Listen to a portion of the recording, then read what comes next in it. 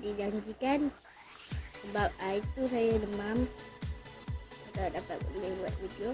Yang lain saya nak unboxing yang mainan popular sekarang ni. Nak tahu apa dia? Fidget spinner. Nampak ni spinner.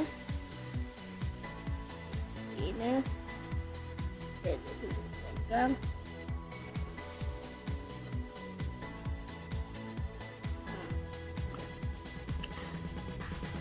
Saya beli kat semalam, kat semalam ada RM10 je. Dah boleh didapatkan dekat pasar baru hampir yang buat masa sekejap ya. Tak ada apa-apa, ni kakak dia. Ni dia punya tu. Saya beli warna biru.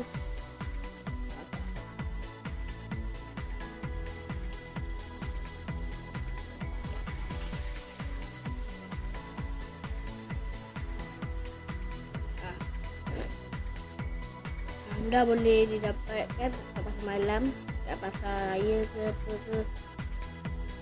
Ni ada jual. Kalau ada pergi ke pasar malam, anda carilah. Kalau ada nampak macam spinner, anda belilah. RM10 saja. Dan untuk video saya ni, saya buat dalam 5 minit lah untuk tunjuk dia punya ni job. Okey. Ini dia punya yang ni dia punya plastik. Ni besi dia. Ni nampak.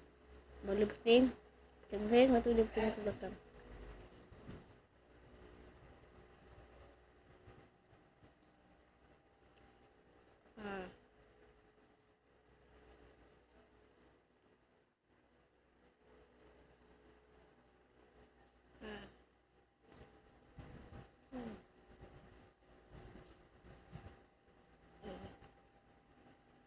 Dan saya nak tunjuk ni besi dia yang macam ring. Yang dalam ni ring kat dalam ni.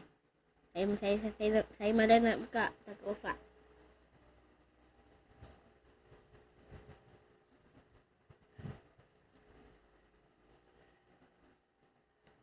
Ya.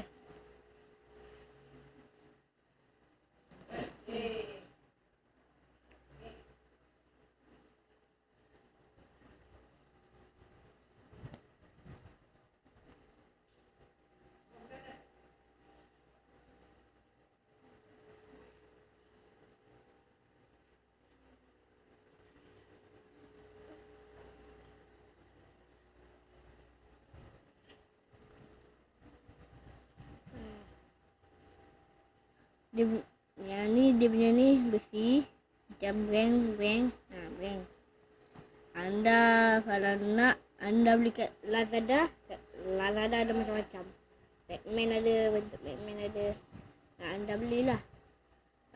Kalau nak beli lampu punya, saya rasa dalam RM20 kot.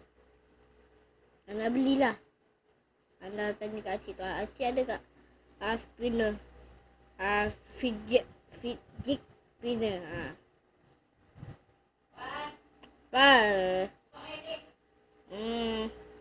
Okay. Dan untuk hari ni saja. Dan jangan lupa like, share dan komen lah apa-apa kau nak.